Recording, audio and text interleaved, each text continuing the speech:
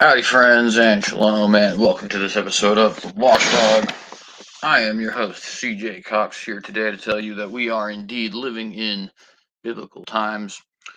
Want to go ahead and give a shout out to anybody who is currently in the live chat. We got Cryptomaria here so far. Thank you very much for being here. I appreciate you. Anybody else who is here but has not made themselves known yet, I appreciate you being here as well. Thank you very much. Want to go ahead and go through some of the channel housekeeping. So, if you are here, please remember to like and share this video. Please consider subscribing to the channel if you have not done so, or hit that bell to get notified every time that we go live. While you're getting this shared, please remember to share it to all the different social media platforms which you frequent.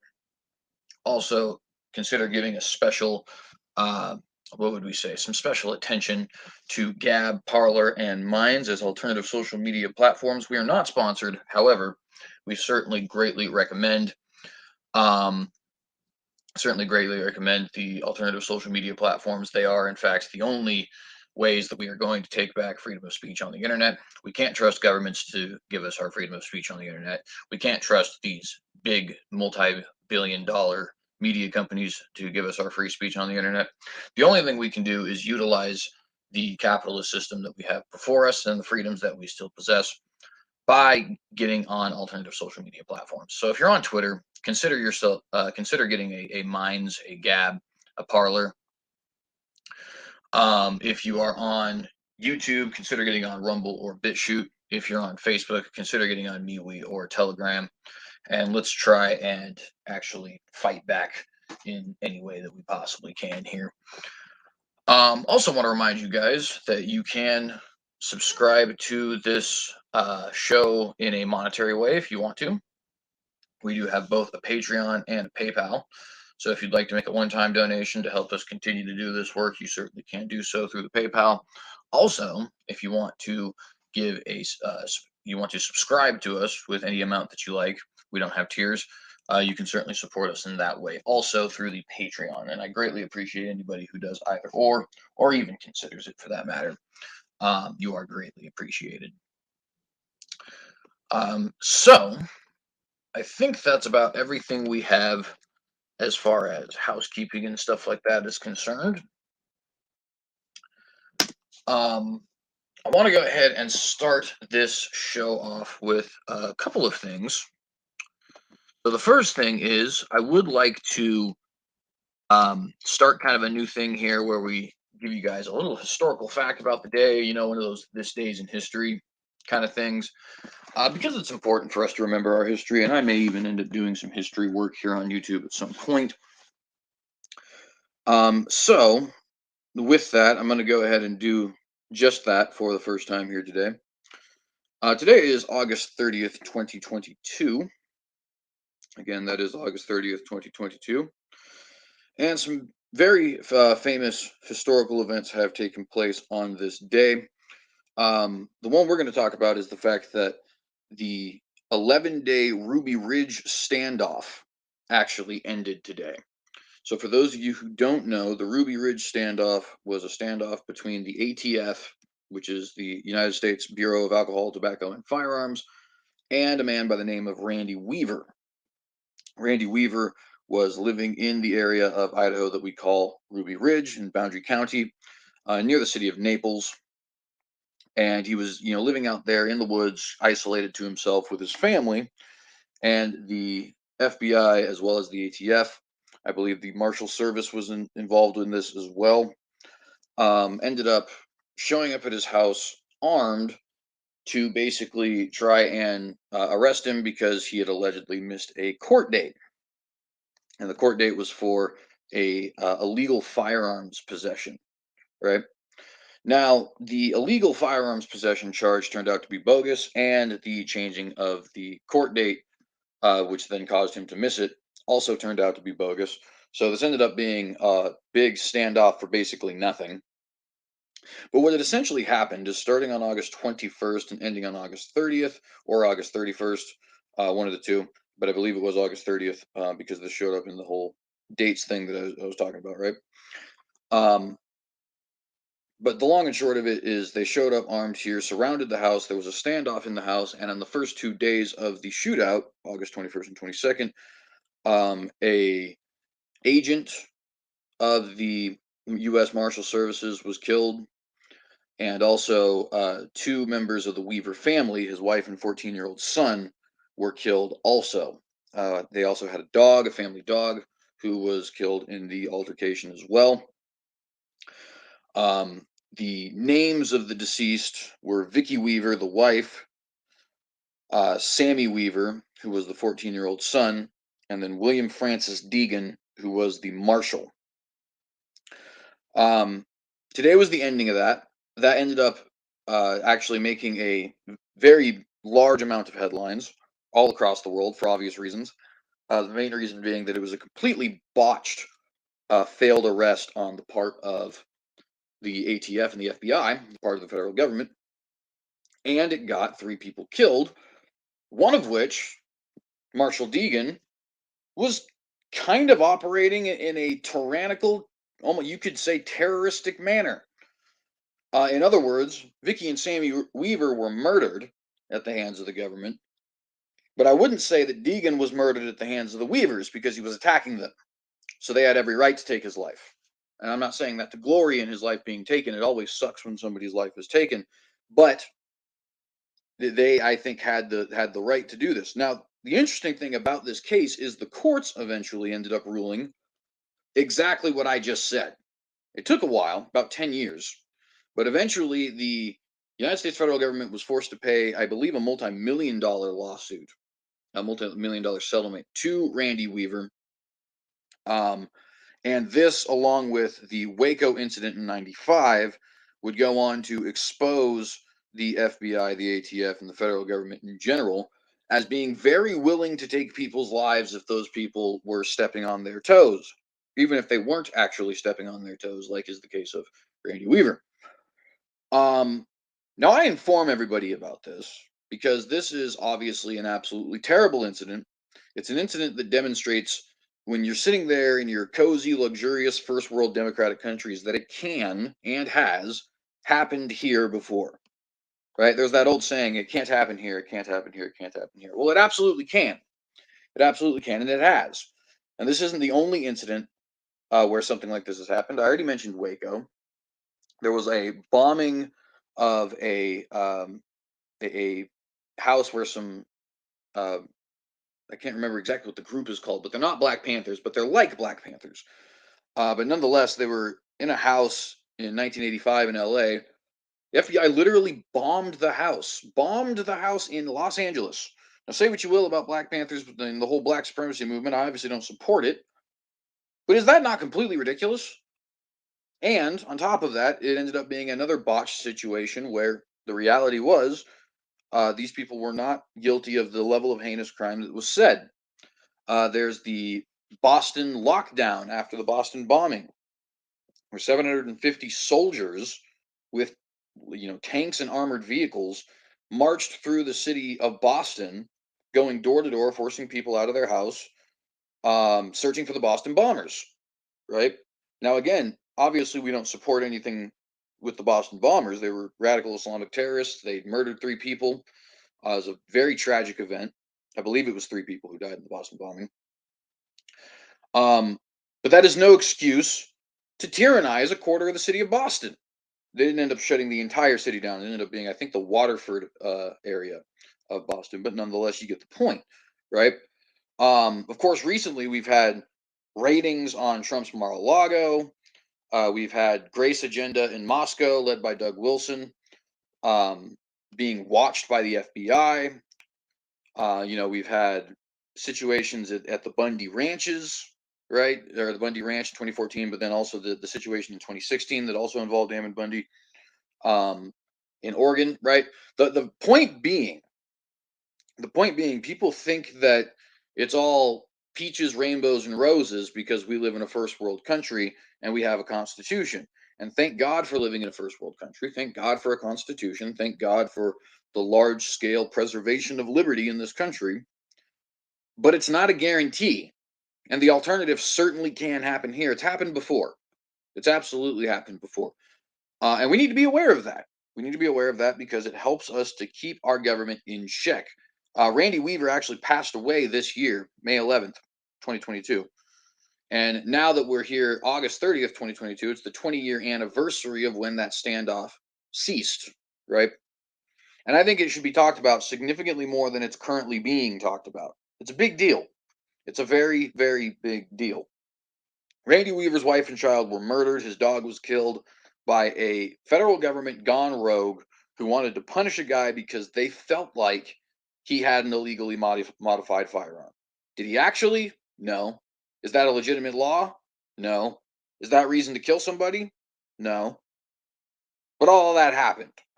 And we need to be aware that all of that happened. So, at any rate, that's my little historical fact for you guys today. It also operates as my little pre-article discussion portion here. Um, we are going to jump into our first article here today, and it is indeed going to be the headliner. Some not so fun stuff is currently happening in the city of Jackson, Mississippi. Jackson, just so you guys know, is the capital of Mississippi. I believe it is also the largest city in Mississippi. And they are currently experiencing a water crisis. They've had water problems for some time, but at this point, they're going to have basically no running water at all for an indefinite period of time. Hopefully, short. Prayers with them. We'll see what happens. But for an indefinite period of time, no running water. And any water that they will have is not going to be drinkable. They're recommending that the citizens here boil their water. They're going to be tossing out what you might call water rations. Um, and yeah, it's a very big deal as far as what's going on here in Jackson, Mississippi. And we certainly want to have our, prayers out to them. But let's go ahead and read here. State of Mississippi responds to Jackson water crisis. President Biden has been briefed on conditions in Jackson. Now, will that help anything? Probably not. And this is from WAPT 16, which is an ABC affiliate, and I believe it is actually local to the Mississippi area. So, the state of Mississippi is mobilizing to respond to the failure of Jackson's water treatment system. Governor Tate Reeves issued a state of emergency in response to the city's water crisis. Additionally, the governor activated the Mississippi National Guard Tuesday to support state assistance to the city of Jackson and surrounding areas. That Tuesday is the self-same Tuesday as today, by the way, so this is happening as we speak. Jackson Mayor Chokwe Antar Lumumba held a brief press briefing Tuesday afternoon offering updates on the water crisis. Excuse me. The mayor disputed state leaders' assertions that raw water from the Ross Barnett Reservoir were being fed into the city drinking water system. He said operators at the O.B. Curtis Weaver treatment plant told him that this wasn't the case, and the city is discussing implementing new raw water pumps. The mayor also said, the two pumps that went down at O.B. Curtis water treatment plant, quote, did not cripple us, end quote. He added that the HP Fuel water treatment plant had issues with a pump, resulting in the plant being unable to increase water production output to Jackson's residents. So I do want to clear up something really quick. They are both acknowledging that there is a problem.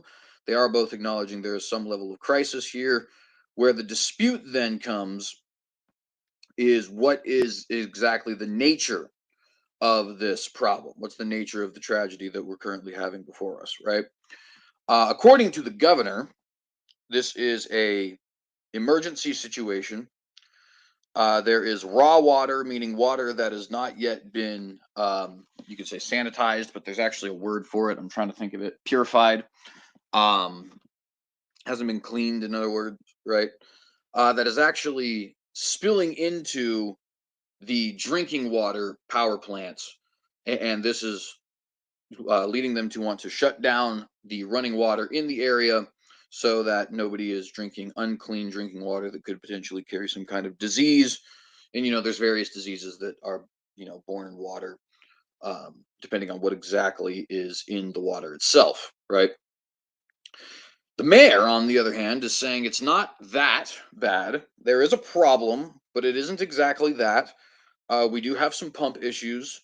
We have not been able to increase water production to Jackson City residents, but not necessarily decreasing water production to city residents, which, just so you know, in context, is a little bit of a important point because there has been a water problem ongoing for a couple of weeks now. This isn't just something that just started, right?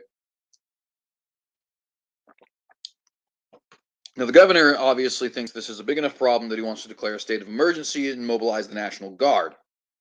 So, who's actually right about this? It does seem to be the case that the governor is right about this. It also seems to be the case that this is a really stupid thing to fight over. You guys should just definitely, get the facts and then start to address the problem so that we don't have, a bunch of people without clean water, um, or without running water, right? Because you could, pass out clean water in like the form of water rations, which they're going to be doing, and that gives you some clean water, but of course you don't have running water at that point, in your house for your sewage or taking your showers or anything like that. um, Lumumba said the city is working on reaching an agreement with a third-party contractor to help with operations and management of the city's two water treatment plants, and is also considering hiring retired operators to help fill staffing shortages at those plants. In an emergency briefing Monday night, Governor Reeves said the Mississippi Emergency Management Agency, it's MEMA, that's funny, because we have FEMA, the Federal Emergency Management Agency, right? But anyways, um, this MEMA is setting up a command center Tuesday at the O.B. Curtis Water Treatment Plant. Governor Reeves said state leaders plan to work with local officials in the city to evaluate and correct problems at the troubled water treatment facility. Congressman Benny Thompson issued a statement Tuesday saying a request will be made for federal assistance, which kind of sucks because we don't really have the money to be giving anybody federal assistance at this point. And yet, at the same time, of course, you can't really justify saying no, I think, unless there's just not a problem there. And of course, that's always the problem with not having that kind of money, right? I'm sure people have experienced this in their own lives. Let's hypothetically, you have some egregious medical issue, right? Maybe you broke your arm, or you had somebody pass out or something like that, and you have a maybe $0 or maybe like 100 little less dollars in your bank account at the moment. Well, you don't really have the money to go to the hospital, do you? And yet at the same time, it's not like you have much of a choice. So in other words, the debt's about to increase, your personal debt in that situation, and here in it's obviously the national debt. Now, obviously the answer there is not to, I think, withhold any federal assistance. Rather, it is to deal with the debt so that when you need federal assistance, it's not actually causing a problem. But nonetheless, this is an important point for us to always remind people of. Federal assistance means that we're spending money that we do not currently have, and in a situation like this, it's just kind of something that's going to happen because we don't have much of a choice, right? um The other interesting thing about this, of course, is the fact that Benny Thompson is obviously on the same side as Governor Reeves and is not currently in agreement with the mayor Lumumba, right? So that's obviously a interesting, um, how would you say that? An interesting development there, right? There seems to be a lot of disagreement as to exactly how big of a problem this is actually. Now, by the way, because I do know it's going to come up, everybody wants to know, okay, well, what's the certain, political lineups of all these different people? Uh, Benny Thompson is a Democrat. Chokwe Lumumba is also a Democrat. And the governor of Mississippi, Governor Reeves, I believe is a Republican. So that's yeah, he is a Republican. I just made sure to double check on it. So that is the political breakdown. Not that it matters too much, but people always have those kinds of questions. So figure I would let you guys know. By the way, if we have anybody who watches this in Jackson, I don't think we do, but if we do, go ahead and let us know what it's like on the ground. We certainly would love to hear from you. Quote, I've been advised that the Mississippi Emergency Management Agency will request an emergency declaration from the Federal Emergency Management Agency imminently. That's FEMA, in case you were wondering. Back to the quote. I've been in contact with both FEMA and the White House about this request and strongly recommend that the president approve the declaration as soon as possible, end quote, Thompson said in a statement. White House Press Secretary Karine Jean-Pierre said President Biden, Jean-Pierre, excuse me, said President Biden has been briefed on Jackson's water crisis. Jackson residents on the city's surface water system have already been under a boil water notice for weeks, and now Mayor Lumumba said all residents will be dealing with low water pressure for at least the next few days. And that's one of the things that's important to point out here, even though there is some disagreement about the exact nature of the problem, the exact severity of the problem. Mayor Lumumba and Governor Reeves are in agreement that there is a problem, right? The reason you boil your water, which is why they've been under this boil water notice, is because it's not clean, right? You're trying to clean it out, kill any germs that may be therein, right?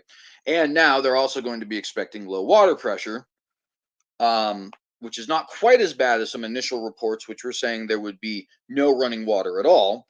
But of course, it is indicative of a problem with the running water system. Now, again, is Lumumba right? Lumumba's closer to the ground, but the whole state is operating in a way that seems like Reeves has the correct information. Maybe that's just a precaution, like just in case this problem is actually greater than Lumumba is letting on. We can be prepared for it. But nonetheless, there is at least definitely a problem. It's a problem with the water's cleanliness. And at this point, it's a problem with the water pumping at all or being able to pump with a high pressure. The mayor says due to the outflow of water from the Ross Barnett Reservoir in response to the heavy rainfall and flooding, the O.B. Curtis Water Treatment Plant is now dealing with complications treating the water that's coming into the plant.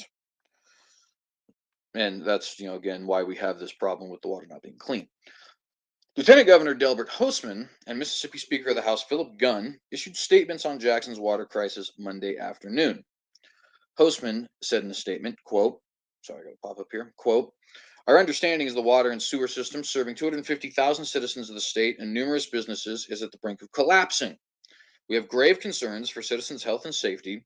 It is apparent the cities served by the system do not have the assets to address the issue in a timely manner and effectively for the longer term. I believe it is time for the state to take an active role in finding a solution, both short term and long term. And just so you guys are aware, it's this is a problem that certainly can be dealt with. I believe it will be dealt with successfully, right? Um, but this can actually be a very massive issue for numerous reasons. The first and most obvious reason is that water helps you to be hydrated, of course, right? So no clean water means you don't have proper hydration, and that's obviously the case, right? The other thing is when water is not, and this is something that's a little also obvious, but it may not be what everybody's thinking about at the moment. When water is not clean, it carries a lot of diseases. The cholera outbreaks, now this is 300 years ago, but the cholera outbreaks that ravaged England in the 1700s were the result of unclean water, specifically water that had fecal matter in it.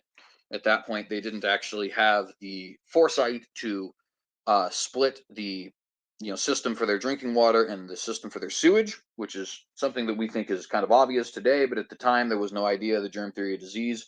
Um, they had an idea that diseases or that the things that cause diseases were much more like poisons. If you put a poison in like some water, for example, or something like that, something that dilutes it, it has a significantly lower chance of harming you and could get to the point where it's completely safe. That's not the case with germs, right?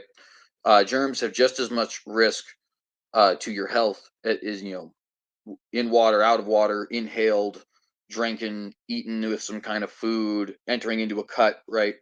Because they're living organisms. They're not actually like a poison. But nonetheless, the point is just to say those cholera outbreaks were the result of unclean water. And of course, that also creates another problem that a lot of people may not be thinking of, which is the fact that there is a lot of power hungry politicians who are willing to take crises and work them to their own tyrannical advantage, right? I mean, Rahm Emanuel, who I believe was White House press secretary when he said it, but he's also the former mayor of Chicago. um, had the famous statement, "You never let a good crisis go to waste." And did we not see that in the form of the COVID-19 pandemic in 2020, right? With people, using it as an excuse to try and take firearms in Champaign, Illinois, or using it as an excuse to come against religious organizations in California, Illinois, and New York, or using it as an excuse to mess with people's ability to vote properly, as happened in Arizona and Virginia and Florida and all these other places where they were passing out ballots to everybody and their dead cat. Um, and that's obviously a problem that has nothing to do with the initial problem, in the sense that the initial problem is not directly related, right? But it can be indirectly related, because if the people will very often use these. And I'm not saying that Reeves necessarily would or wouldn't. I don't know. I'm not saying Lumumba necessarily would or wouldn't. I don't know. I don't know these individuals very well. The point is just to say, though, that there is certainly a possibility that this is a crisis that they don't want to let go to waste, and they may not even know that yet. A lot of people talk about how absolute power corrupts. Absolutely. Well, maybe your intention was to help, and then once you have the power, your intention becomes a little bit more selfish. I don't know. The point is just to say it's another thing to worry about, right? Um, and anyways, let's move on to the next quote. Gunn issued this statement on the water crisis. Quote, "I've been contacted by hospitals, businesses, and schools pleading that something be done to address the water crisis in Jackson. Unfortunately, the city leadership has not been presented a permanent solution or a comprehensive plan. These groups have turned to the state for help, and it seems we will have to evaluate what options might be available." End quote. Both of the last two speakers, Gunn and Hostman, are Republicans, by the way. Excuse me. State Senators Hillman Frazier, John Horn, Walter Mitchell, David Blunt, and Solly Norwood penned a letter to Governor Tate Reeves Monday requesting a special session to address Jackson's water crisis. This is the message here. "Dear Governor Reeves, we write to ask you to call a special session of the legislature to address the Jackson water crisis. The people of Jackson, Byram, Ridgeland, and Hinds County are on day 32 of a boil water notice." That's over a month. Water pressure issues, are shutting down schools, businesses, and government offices. So there you also have economic problems with the shutdown of businesses, educational problems with the shutdown of schools.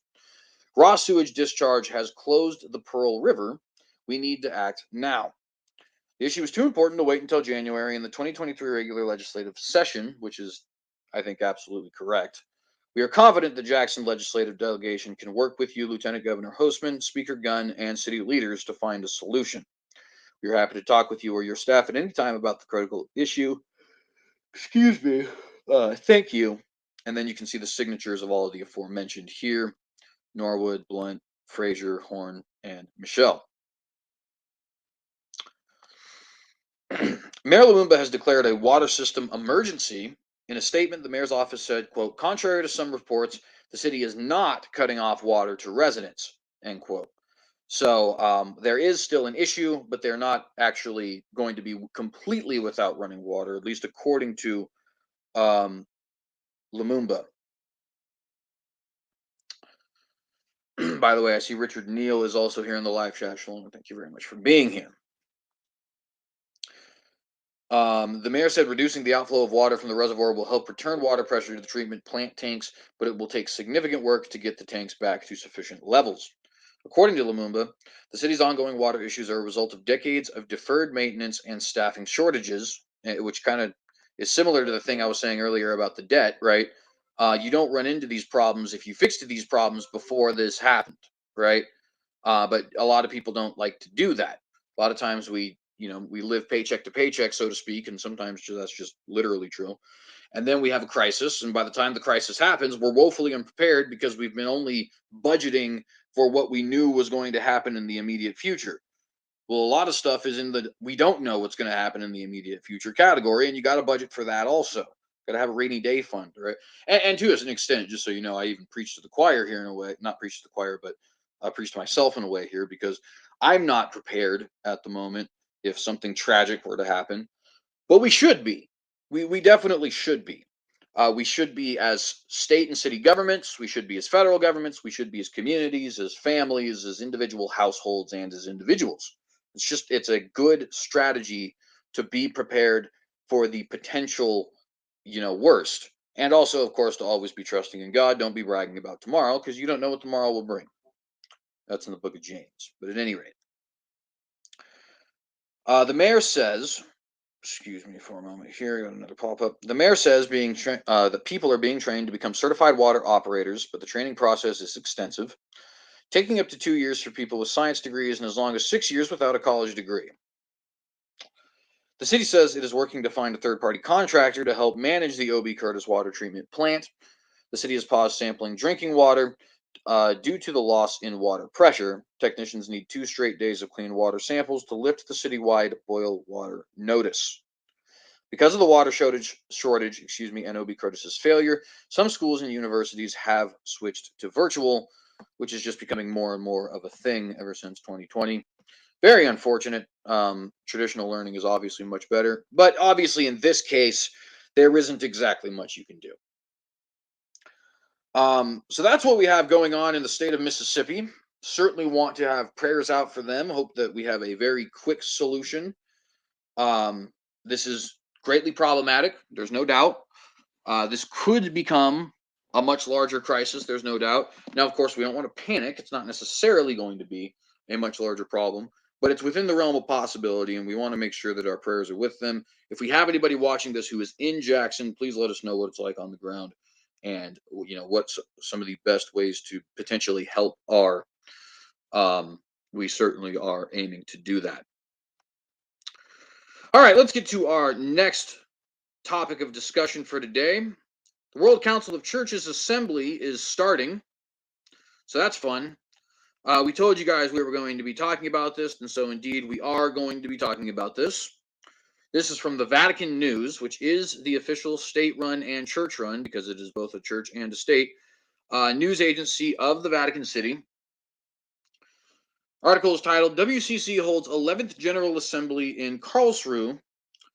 After being postponed for 2 years due to the COVID-19 pandemic, the highest governing body of the World Council of Churches will convene next week in Germany for 9 days under the theme Christ's love moves the world to reconciliation and unity.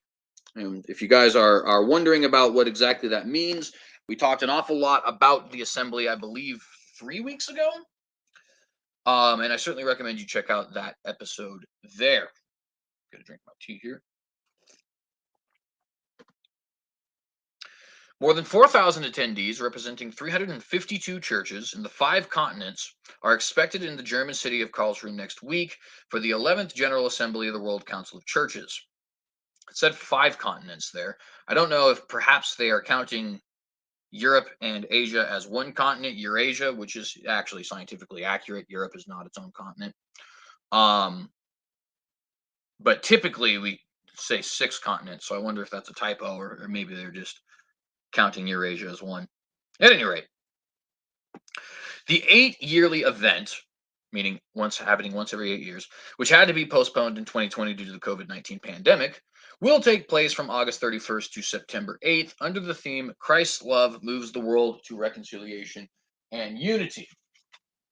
Now, some of you likely are wondering, hey, CJ, it's actually not August 31st yet, so why are you saying that this is actually kicking off right now?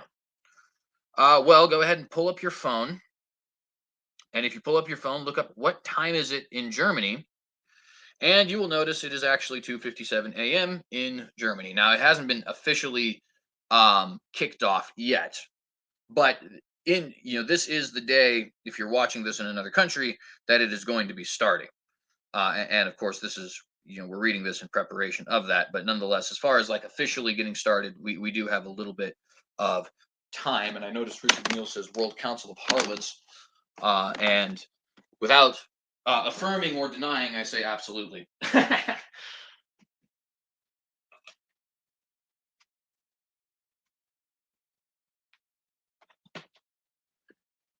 Sorry, I had a little bit of a problem there. Can you guys still hear me? Yes, I think the answer there is yes. Okay, so World Council of Harlots is indeed meeting. The 8-yearly event, which had to be postponed in 2020 due to the COVID-19 pandemic, will take place from August 31st to September 8th under the theme, Christ's love moves the world to reconciliation and unity. And yes, for those of you who have not seen that earlier episode of the Watchdog, that is just as globalistic and commie and progressive and woke and whatever other adjective you'd like to use to describe it as it sounds. Um, when you start actually reading, in fact, it's interesting. We just on our last episode read Winnie the Flu's um, formal address to the Davos Agenda earlier this January, which is hosted, of course, by the World Economic Forum, who is the same group behind the Great Reset. And it was really interesting. If you were to take your modern woke politics, the WCC assembly theme, and the transcript of that address to the Davos Agenda, they're all talking about the same stuff, right? They're talking about greater unilateral or multilateral, cooperation between the nations. They're talking about stronger globalistic government. They're talking about racial reconciliation and fighting climate change and making sure that, certain minority groups are taken care of and all this other kind of stuff. And of course, it's not to say that we disagree with some of those ideas, right? Obviously, minority groups should not be persecuted, right? Obviously, the underprivileged should be taken care of by the societies that they're around. Now, how exactly that happens, of course, is a different question. Even as much as it may shock some liberals to hear, it won't shock any conservatives because we all actually care an awful lot for the environment too. We just don't think that all their nonsense with the commie agenda is what's going to help anything with the environment. And we also tend not to believe in the ideas of man-made climate change. But as far as like going through and like cutting down all the trees at your local, forest or on the green belt, we're obviously typically against that sort of thing. Conservative, you'd be shocked how many conservatives like to conserve things. I know it's a kind of mind blowing. But nonetheless, the point is just to say you could line these three things up next to each other, and they are talking about the exact same things, right? Which should, I think, bother people when we realize who these different groups are, right? The Davos Agenda is this group behind the Great Reset. The World Council of Churches is a union of Protestant and Orthodox churches that the Vatican does have a lot of say in, though it's not officially a member, it's an observer, which it is also in the United Nations, by the way, an observer, right? We also have potentially the evilest man on the entire planet in Winnie Jinping. And of course, we have the communists who are making the life of many here in the United States a living hell. And they're all in agreement with each other about global government, about reducing quote unquote carbon emissions, about these faux racial reconciliations, and all this other kind of stuff. And they're all speaking in unison the same language. Now, is it because they're conspiring with each other? Is it because this is just an idea whose time has come? I, for one, being a Christian, believe there's kind of a spiritual element going on. So it's not necessary for there to be a conspiracy. People are just genuinely starting to believe this stuff.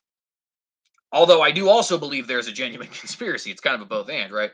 I don't think the WEF or any of these groups is unaware of what's going on, right? And in fact, WCC, WEF, these are conspiratorial, literally by definition, right? It's a bunch of people who are getting together, making plans, conspiring with each other. That's just what the word means. But at any rate, let's continue. So the German federal president will be giving a keynote speech. On the opening day, German federal president Frank-Walter Steinmeier is expected to deliver the keynote speech, and the minister president of Baden-Württemberg, Winfried Kretschmann, will greet the assembly. Winfried Kretschmann, there we go, will greet the assembly. Messages will also be delivered by Professor Barbara Traub, member of the Presidium of the Central Council of Jews, and Imam Errol Perlou, representative of the Co-Coordination Council of Muslims in Germany. Notice we have this greater Abrahamic ecumenism I know there's actually a word for ecumenism that doesn't include um, or that doesn't strictly include Christians. Nicholas Proclaimer of Messiah always reminds me of what it is, and yet I always manage to forget.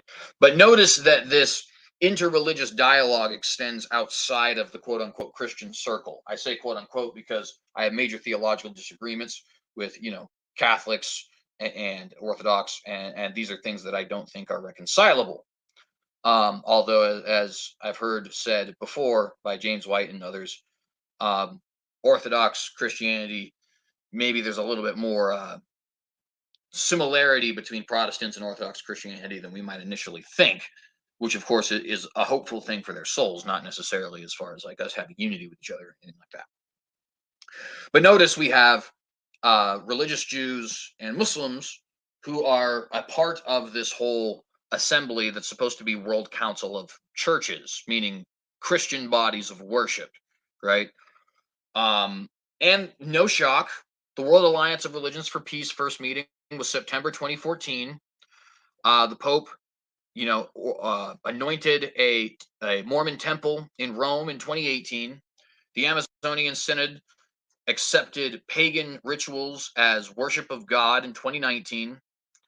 And we had the international prayer, interreligious prayer, excuse me, of all the Abrahamic faiths at earlier this year in March, right? So it's no shock here. But it is something I think that people are continuously forgetting. The era of a one world religion, right?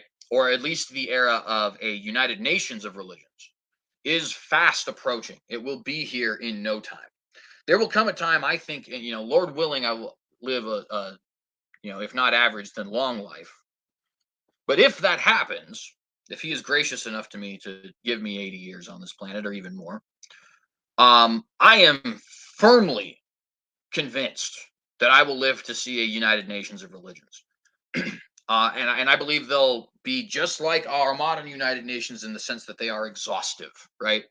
In other words, it's not just going to be, Protestant, Orthodox, Catholic, Muslim, Jew, Hindu, Buddhist, and the other ones that you can put a name to. It's also going to be Shinto.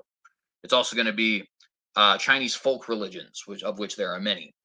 It's also going to be Rastafari. It's also going to be atheists, right? They're going to have different representatives from all these other groups and form kind of a second arm of global governance that has the religious element to it, right? We have the state element already in the form of the United Nations, and we already have numerous organizations that have specific um, uh, areas, right? In other words, the nations are talking about the state in general, but we do also have a World Trade Organization that's specifically focused on trade, a World Health Organization that's specifically focused on health, and so on and so forth.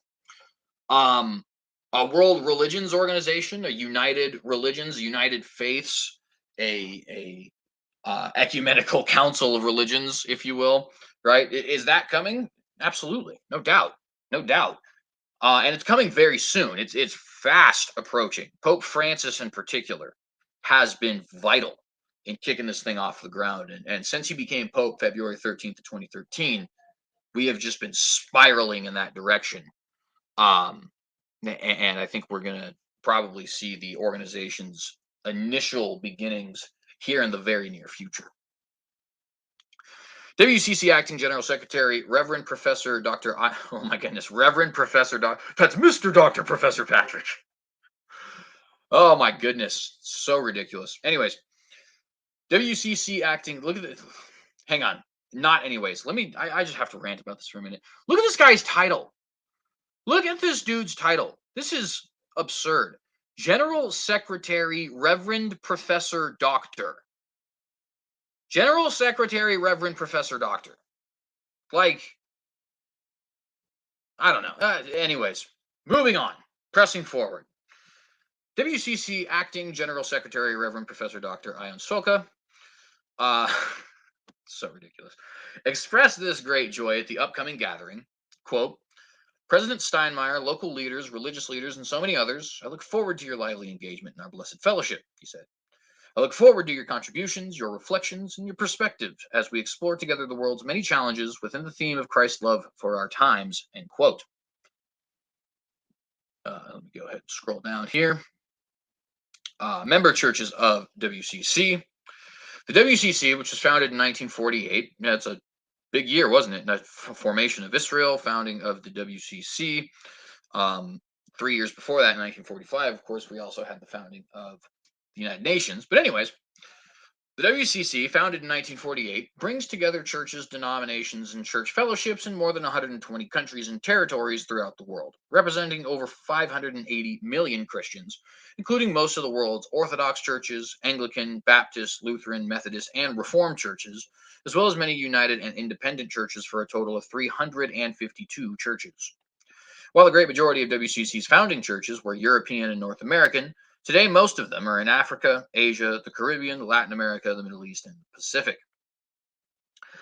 Now, I want to go on a brief rant here about denominationalism. You guys have heard me say before, I am not non-denominational, I am anti-denominational.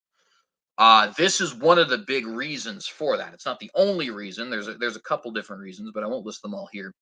One of the biggest reasons, though, is when you have these little governments that these churches essentially become, there's almost always a push to expand your authority and also to create a sense of faux unity.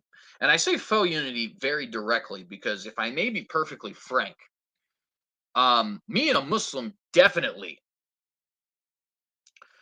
do not have religious agreement with each other.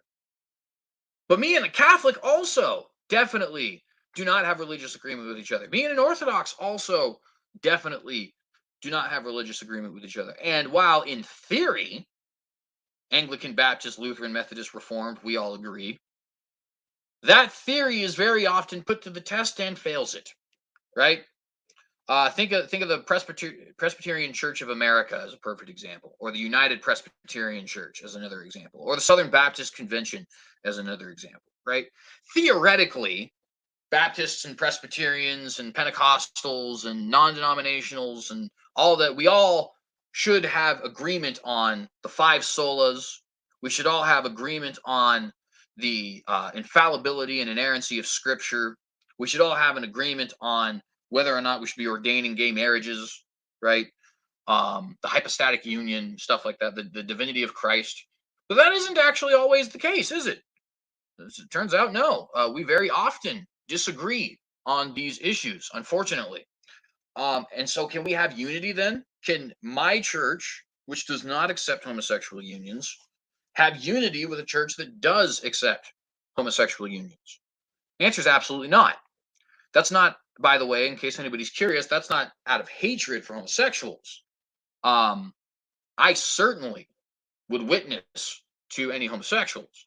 I certainly would. In fact, I would even allow homosexuals into the church, so long as it was understood that you're here to get the gospel, to understand the gospel, to be saved, right? You're not here to what's the word here I'm looking for? You're not here to be like a member, right? In other words, like because you're living in this flagrant sin, you're not going to have a vote in who we have, who we have for our pastors and deacons and stuff like that. We're not endorsing anything. In fact, we're actively condemning these things. You're not like a member of this communion. You probably shouldn't be taking communion, right? But can you be like in the pews listening? Of course, of course. I want you to be hearing this gospel so that you may be freed from your lifestyle, right? Can a church like that have unity with a church that says, no, God loves you the way you are, your relationship is holy, all that? No, of course not. Of course not. Even worse is this problem when we start to like disagree on fundamental doctrines, things like sola fide, or the inerrancy of Scripture, or the divinity of Christ, right? Or whether or not there's only one path to Christ, or one path to heaven, I guess I should say, which would be Christ. Certainly can't have unity with anybody over those issues. And when it comes to unity with the Muslims, I mean, come on, what even is there to have unity with? I guess our morals are similar. because the Muslim church or the Muslim religion has plagiarized the Bible. So Muhammad's laws are basically a bastardized version of the law of Moses. But I'd like to emphasize that word bastardized because there's a lot of things in Islam that are certainly not scriptural. Marrying incredibly young girls, for example, or having women wear hijab so that they weren't molested, for example, or fighting the infidel wherever you find them, for example. I could go on, but this isn't a trash Muslim fest. The point is just to say I don't have any unity with them, and it is an unholy union for me to sit there and pretend I have unity with them. It's an affront to God. And this is the whole reason I'm going on this rant is to say this is one of the big reasons why I like to avoid denominational labels, right? Um, an organization is not going to dictate whether or not I'm in communion with a false church of this world or with a false religion of this world. A religious organization is not going to dictate to me whether or not I need to accept homosexual unions. So a religious organization is not going to dictate to me whether or not I accept the divinity of Christ. The Bible is going to do all those things, and the Bible tells me that I am not to accept homosexual unions, that I am to believe the divinity of Christ, that I'm not to be in communion with false religions and false churches, right?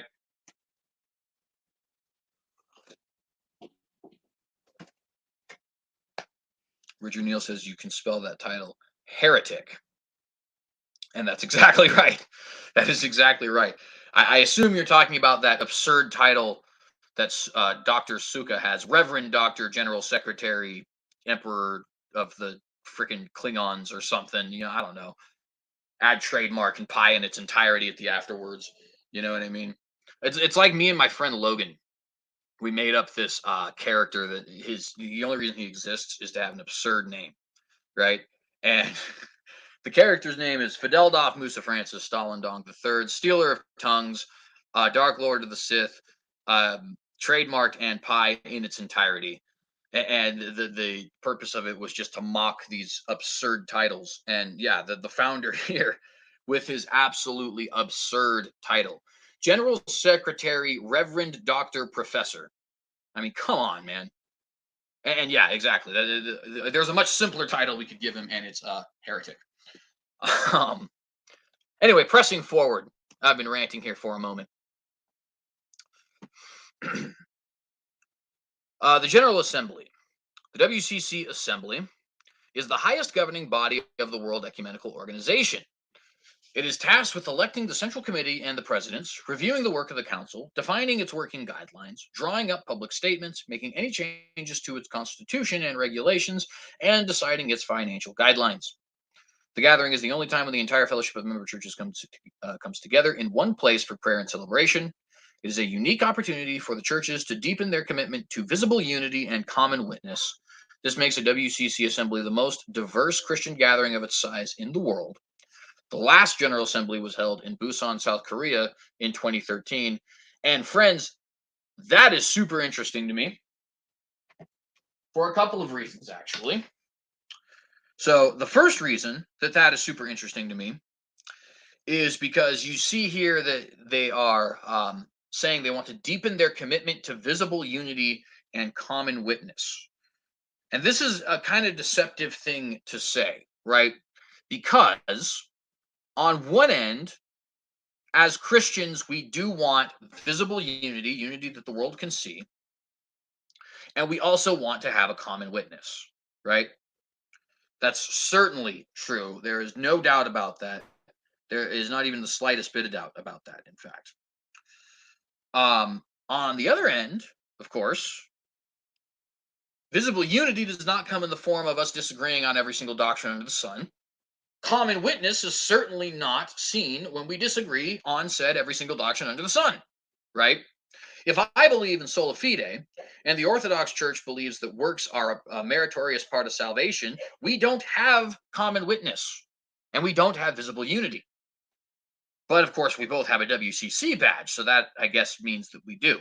We both proclaim the name of Jesus, so that I guess means that we do. Now, of course, the Mormon, the Catholic, the Muslim also proclaim the name of Jesus. Even a lot of Hindus would proclaim the name of Jesus. Buddhists will claim that Jesus was one of them. And if you don't think that that's going to become a fundamental part of this, you just aren't paying any attention, my friend. But the other thing here that makes this interesting, in my opinion, they say the last General Assembly was held in Busan, South Korea in 2013. The World Alliance of Religions for Peace was held in Seoul, South Korea in 2014. Um, any relation there?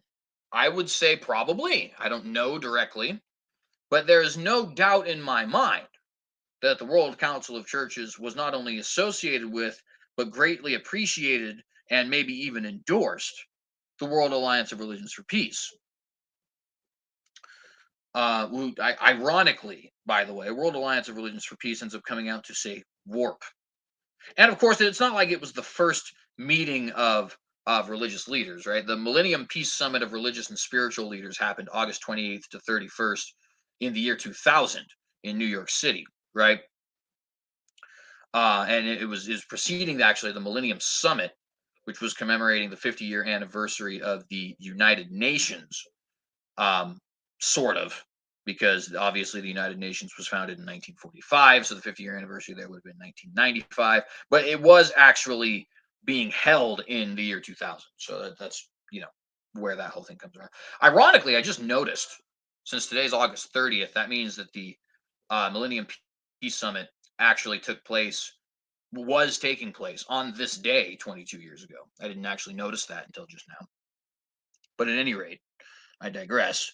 It's not as if this hasn't been coming for quite some time, but it's just been escalating very quickly. And the World Alliance of Religions for Peace, I think, was particularly important because of the fact that it was all the different religions. They had very interesting statements they signed. I've done episodes on it in the past if you guys are interested, but let's continue with what we're trying to say here. The point is that General Assembly being held in South Korea and the World Alliance of Religions for Peace being taking place in South Korea the very next year, I don't think is a coincidence. I don't think it's a coincidence. Maybe I'm being a little bit of a conspiracy theorist, but hey, I kind of a little bit am. And I tend to be right. And not just me, but the other conspiracy theorists across the planet as well. We all kind of tend to be right about these things. And it's because conspiracies are real. Now, of course, not all of them, right? The whole reptilian Jews are taking over the planet so they can live in the moon that's not there. Guys are, obviously a little bit whacked out. Actually, just combined like 4 different crazy conspiracies. But believe it or not, there is a conspiracy theory that says the Illuminati lives in the moon. And there is another one that says that the moon isn't actually there. I'm not kidding. Look it up for yourself, but it's not the point of our episode. Obviously, those guys are wrong. Those guys are crackpots. Those guys are guys who you should not be trusting. But there are certainly a lot of conspiracy theorists who have just been proven outright correct. And I'd like to at least consider myself amongst their number. But at any rate, let's go ahead and we just finished that here. The point is, the assembly is starting. We are going to be very interested in everything that's going on in this assembly. And Lord willing, we will be reporting more about this in the coming weeks, or in the coming week, I should say, with the Thursday episode this week, Lord willing, being entirely about that, unless of course there's other things. I'm sure we'll have to bring you guys some updates on Jackson and stuff like that. I want to start following news stories better because that obviously makes me more edifying to you guys rather than just reporting on something, and giving my opinions. At any rate, let's move on to our next point. This will be our last point for today. I don't know how many of you guys are still here. I assume that Richard and Kevin are still here. But if any of the rest of you guys are still here, I appreciate you. We're going to get on to our last article for today. Very interesting development in the state of Israel. So I asked the question, is Israel demographically Jewish? According to a new article being published by the Israeli Times, the answer is actually no. Now, what I mean by that is, does the Jewish state have a population that is majority Jewish, right? Which, of course, would be just a simple requirement of Israel being considered a Jewish state, right? If nothing else, there's tons of elements you could say, like, is it Jewish culturally? Is it, the Jews ruling on all this other kind of stuff? There's a lot of different ways you could describe the idea of a Jewish state or an Irish state or an Italian state or anything like that, right? But specifically, there is a question here that I want to ask about. Um, it's the most basic definition you could give for any of those things: Irish state, Jewish state, right? Is at least 50% or greater of the population Jewish? And according to this new article, the answer to that is actually no. Jews are a minority in their own nation, according to this article. So this is from the Times of Israel. Jews are now a 47% minority in Israel and the territories, demographer says. Let's say that one more time. Jews are now a 47% minority in Israel and the territories, demographer says. Arnon Sofer says proportion of Jews between Mediterranean Sea and Jordan River is lower than widely believed when non-citizens are taken into account. So in other words, the amount of Jewish citizens in Israel would still be greater than 50% of the population. But the amount of Jews in Israel in totem is actually, according to this guy, at least, less than 50% of the population. So let's go ahead and continue here. Jewish people make up less than 47% of all those living west of the Jordan River, an Israeli demographer warned Tuesday, claiming that most of the Israeli population is unaware of the democratic peril the country is sliding into by possibly becoming a ruling minority in the area. By the way, real briefly, I would just like to point out this was predicted over 50 years ago by a rabbi by the name of Meir Kahane. Meir Kahane is a very controversial figure. He's somewhat of a personal hero of mine because he is a great hero to the Jewish people, and he's also, vital in my own personal, pride in having Jewish ancestry. He also was a terrorist. Obviously, one man's terrorist is another man's freedom fighter, right? So that's kind of a thing there. And he greatly despised Messianic Judaism. So there is massive asterisks that, as I have grown and matured in my life, I've had to add to his name. But in many ways, he was quite heroic. In many ways, he's been vital to the rekindling of the faith fire in Israel, which has led to very negative things like Haredi Jewish extremism, but has also led to very positive things like the explosion of Karaite and Messianic Jews. And I know Karaite Jews do deny the Messiah, but in my personal opinion, Karaite Jews are uh, are essentially Jews who are being primed for accepting Messiah. Um, I think for those who don't know, Karaite Jews are Jews who accept only the Old Testament as sacred writings, not the Talmud or anything like that, not the Mishnah, etc. And in my opinion, that group is going to be ripe for harvest, when it comes to Israel's eventual national turning as per Romans 11. But at any rate, the point here is to say Meir Kahane had predicted this back in the 70s. Actually, really back in the 60s is when he was first talking about this. And his solution was that the state of Israel needed to, first off, annex the liberated territories, Judea, Samaria, and Gaza, as well as the Golan Heights, but that ended up being added later on. And secondly, that they needed to forcefully deport large numbers of so-called Palestinians from the area, right? Now, this at the time was intensely controversial. It was intensely controversial because it was essentially a form of ethnic cleansing. Sans violence, of course. He wasn't recommending that they slaughter them, but the point was to say, in his opinion, the Arabs who lived there had a nation. That nation was Jordan, and they had 21 other Arabic nations across the world that they could go to. The Jews have one nation, and they want to keep it, right? Well, obviously, that didn't end up boding very well. Everybody said, you're a crackpot. They're not going to outproduce us. There's no way that we're going to actually be voted out of existence by Arabs in the region, right? And now here we are. It's 50 years later. The year is 2022. Meir Kahane was murdered in 1990 by El Said Nosser. And the population of Israel is actually less than 50%. The population of Jews in Israel is less than 50% of the gross population in Israel. And let me give you guys an idea of how dangerous that is. the Arabs in the region do not believe in Israel's right to exist, right? They don't think that it's a legitimate nation. They call it a colonizer state. And they have the power to democratically, without violence, vote Israel out of existence if they have a large enough majority, especially if that majority is a voting population, right? That's a very real problem that could be happening in Israel at any moment. And when that kind of thing does happen, what is inevitably going to happen as a result is intense violence and persecution on both sides, more than likely. In other words, Jewish people getting intensely violent and persecutory towards Gentiles, and the Gentiles in the region, they're mostly Arabs, getting incredibly violent and persecutory towards Jews, right? Because they both believe that the land is theirs. And the problem you're having is not a problem of ideologies, it's a problem of ethnic demographics. This is hard stuff to talk about because we like to think of these kinds of really brutal, really violent Rwandan genocide levels of violence, Balkans in the 90s levels of violence. We like to think that these things are things of the past. They're not, friends. They are not.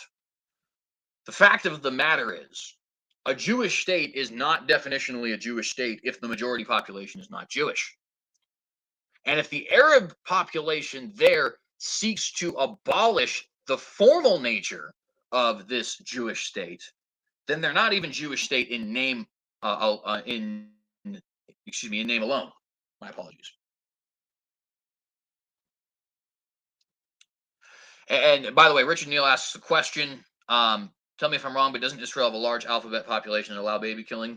So, in other words, aren't they incredibly into the whole LGBT thing? And also, don't they have legalized abortion? The answer to both is unfortunately yes. Um, and I don't have any doubt that Israel, because I do believe that Israel is still God's chosen nation. I don't have any doubt that judgment is coming for them at some point. Um, because of the fact that they, exactly as you're saying, are very liberal, very liberal. And in fact, in some ways, they're even more liberal than we are. Homosexual unions were granted all the way back in the 1980s.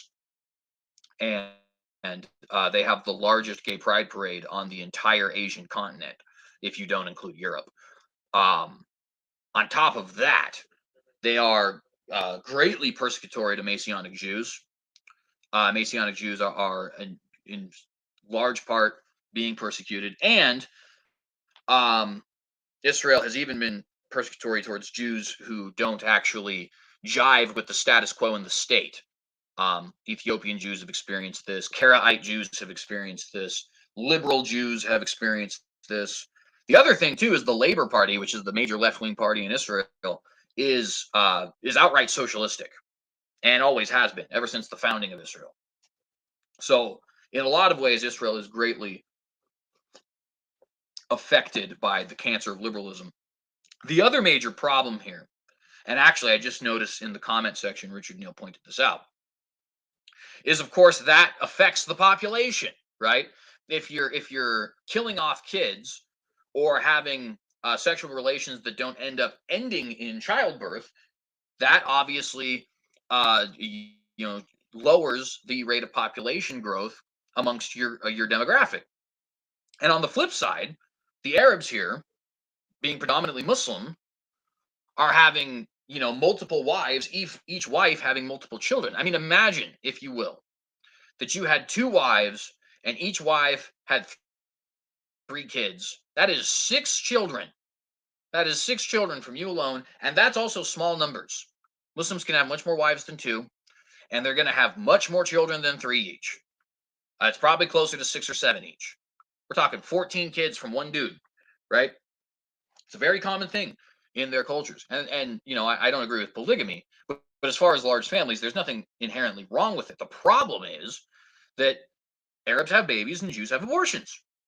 And so the Jews become a minority population in their own country. And by the way, that's America Hana quote. It's part of why he was predicting this was going to happen. Man was seeing the writing on the wall in the 70s, right? You guys can't have a sexually debased culture. You guys can't be murdering children. You guys can't be not having big families. While these other groups who we're allowing to be democratic citizens here are having big families, and they expect that the population is not going to be at some point smaller than the population of Arabs. It's just it's simple mathematics. And now here we are. At the time, that's crazy. Ghana, you're racist. There's 4 million Jews and 700,000 Arabs here. And now here we are, and that is definitely not the case anymore. It's no longer conspiracy theory. It's no longer racist. Kahana was in fact exactly right. And I'm sure that the religious zealots who fight in his name, who are outright tyrants, are going to be in many ways emboldened by this. One of the unfortunate things about the Kahanist movement is because of his personal problems with Messianic Jews, Karaite Jews, and stuff like that. Even though he himself was very strongly against the idea of persecuting fellow Jews, his followers after his death have not been that way, and in fact, they are intensely violent against their fellow Jews. Very unfortunate. By the way, friends, if you're seeing this, I'd like us to keep Kevin's Aunt Cynthia in prayer. He says that she is in the hospital, that she is in a lot of pain. I think that is meant to say she is not retaining fluid, or maybe it is that she is retaining too much fluid. I guess I'm not sure there, but nonetheless. And the doctors have found a growth that might be cancerous. That is, of course, all horrifying stuff. So let's pray that God would work a mighty miracle in her life, and that it would be to His glory, of course. And I don't know if she's serving God at this point, but whatever His will be, as it pertains to her health, may He also reveal Himself to her, or keep her strong in the faith if He indeed already has. And I appreciate you. I appreciate you, Kevin, being here, and also in a weird way. I was going to say ironic, but that's not the right word. But I do appreciate you posting that in the live chat too, because now we get it out to people. Anybody who sees this who's Christian obviously can do it as well. And so yeah, I appreciate that. I just noticed, by the way, that there's a typo here. It says is Israel demographically Jewish. So let me go ahead and edit that real quick.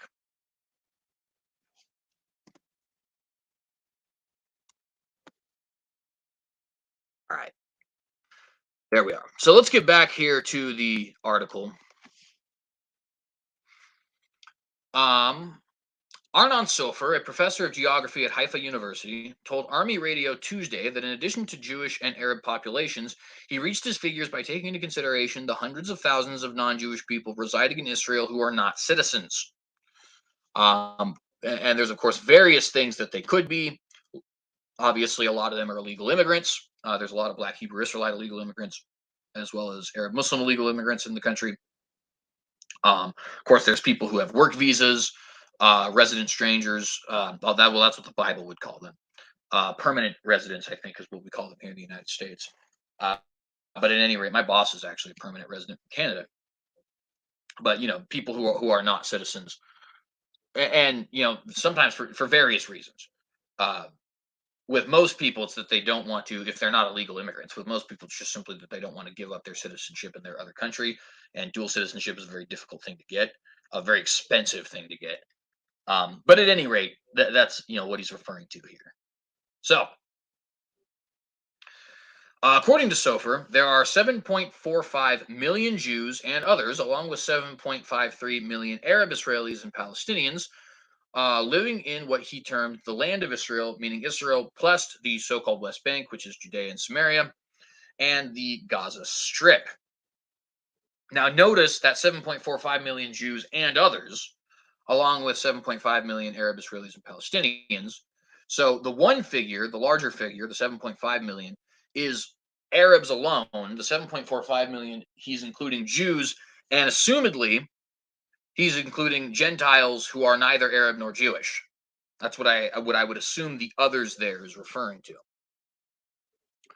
Anyways, when the number of Israeli nationals is taken into consideration, it leaves the Jewish proportion at between 46 and 47% of the total, he claimed. According to Israel's official Central Bureau of Statistics, at the end of 2021, 9.449 million people lived in Israel, including Israelis in the West Bank settlements. That figure, though, would not include Arabs who are living in the West Bank area, which again is properly referred to as Judea and Samaria. Of those, 6.982 million, or 74%, are Jewish, 1.99 million, or 21%, are Arab, and 472,000, or 5%, are neither, meaning Gentiles who are not Jewish, or who are not Arab, excuse me. The Palestinian Bureau of Statistics put the West Bank population at a little over 3 million, and the Gaza population at a little over 2 million. Now, notice there, so there you have your math, right? 3 million, 2 million, and then up here you had 1.99 million. That's 6.99 million. And you have your 472 million, or 472,000, excuse me, here. Let's even just round down to 400,000 just for the sake of it. Although really, since it's 1.99, we should be rounding up. So let's actually go ahead and do that. So you have your essentially 2 million, another 2 million, another 3 million, and then we'll go 400,000 since we rounded up with the 2 million. That's 7.4 million non-Jews in the area. And according to Israel themselves, they have 6.982 million, which is even less than what so far it said, living in the region, including the settlements in Judea and Samaria. So you can see the problem that is developing here. They are greatly outnumbered in their own nation by factors of if not thousands, potentially hundreds of thousands. Sofer explained to Army Radio that although the birth rate has been higher amongst the Jewish population in recent years, so too is the death rate, meaning the Arab population, which is far younger on average than the Jewish population, is growing faster. And notice he puts emphasis here, in recent years. In other words, it has only been recently that the Jewish population, or that the Jewish birth rate, excuse me, has been going up. For a long time, the Jewish birth rate has been dramatically lower than the Arab birth rate. For reasons that we've already explained, contraception, homosexuality, abortion, small families, sex for recreational purposes, stuff like that, right? Sofer also noted that Israel is the most crowded country in the Western world, citing a Central Bureau of Statistics prediction that by 2065, the total population will be 35 million. Where will we sit? Where will we stand? He asked. And to give you guys an idea of the size of Israel, right? Israel is roughly the size of New Jersey, state of New Jersey. So to give you guys some actual specific statistics there to back it up, and I'm actually going to make sure I'm looking it up so I can give you the numbers down to the last digit. So the total area of Israel is going to be at 8,522 square miles if you include the annexed territories and the Golan Heights in Jerusalem, but do not actually include the Judea Samaria region or losing the name of it, or Gaza, right? So again, to reiterate for you guys, that's 8,522 square miles. That's the size of Israel. If you were to go to New Jersey, you'd find that the area there is 8,722 square miles. So actually, New Jersey is slightly bigger than Israel, right? Now, those of you who live in the United States, which is most of us, and I think most who are not in the United States are in Canada, so you probably know this anyways, New Jersey's tiny. New Jersey is tiny. It is one of the, if not the, no, it's not the smallest state. I think it's, let's see here. The number's probably right in front of me. Yep, 47th.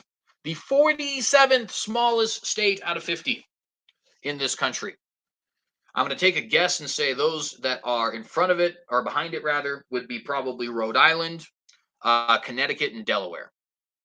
But that's just my guess. I know Rhode Island is the smallest, but those other two would just be my guess. Israel is smaller than New Jersey. Smaller than New Jersey. It's the 149th largest country in the world.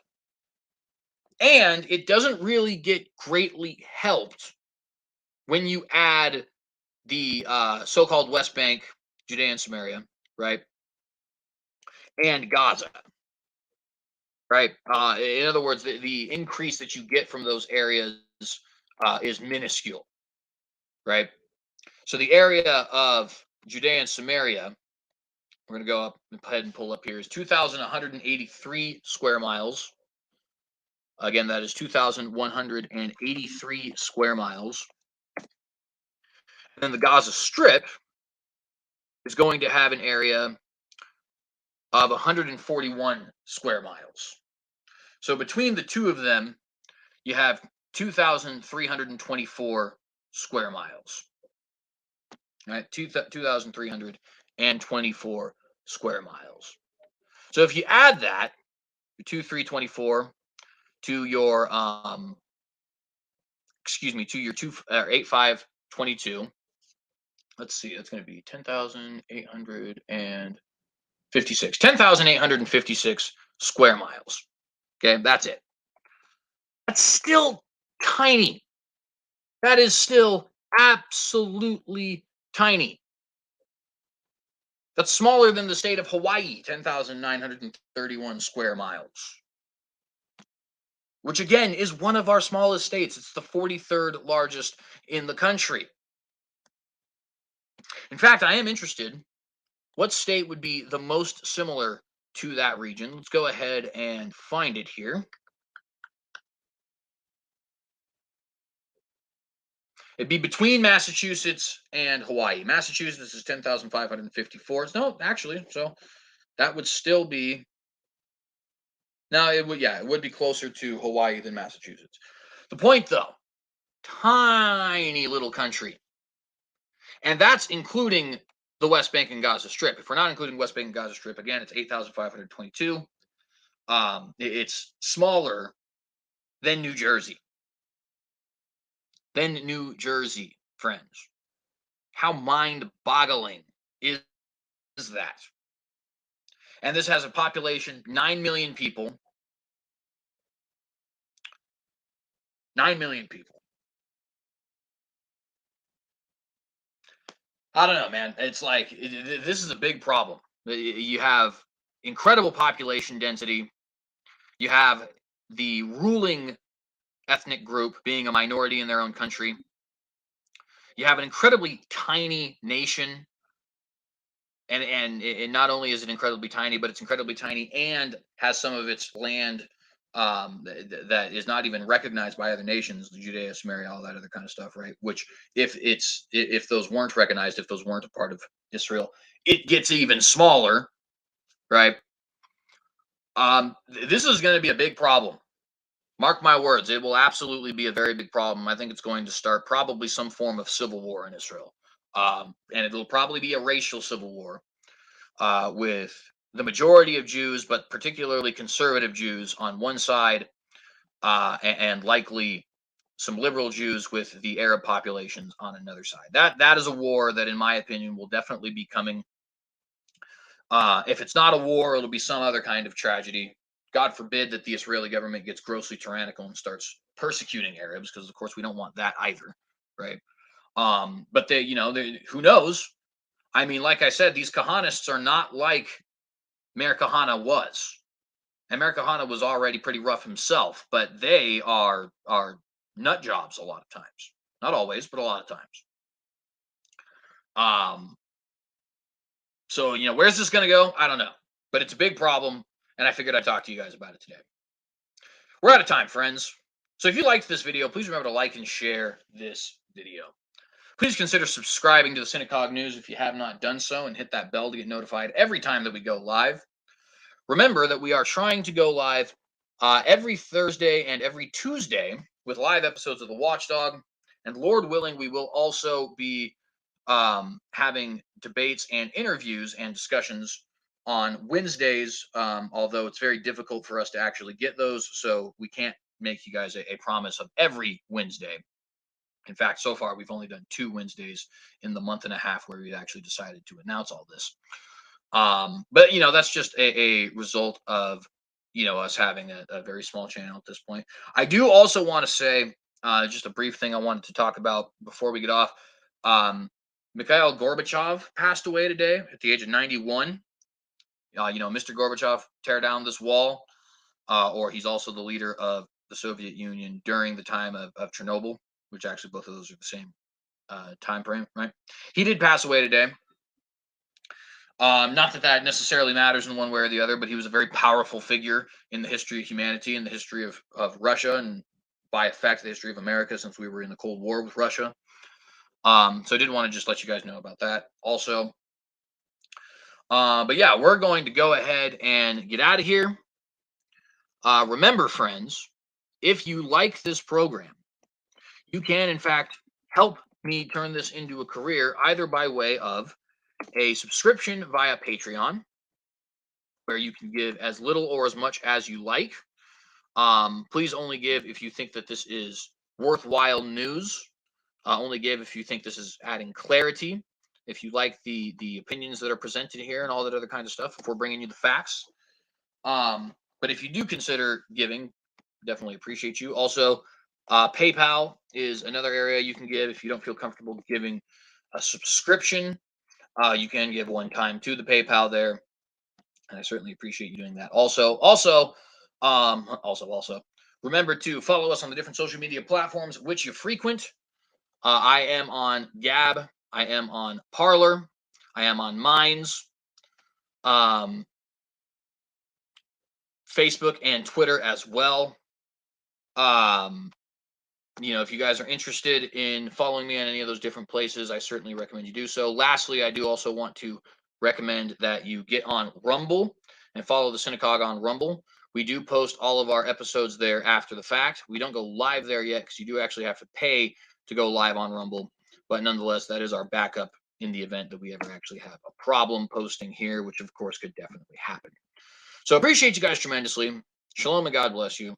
I want to remind you to be watchdogs, and also want to ask you the question: in the face of Armageddon, will you compromise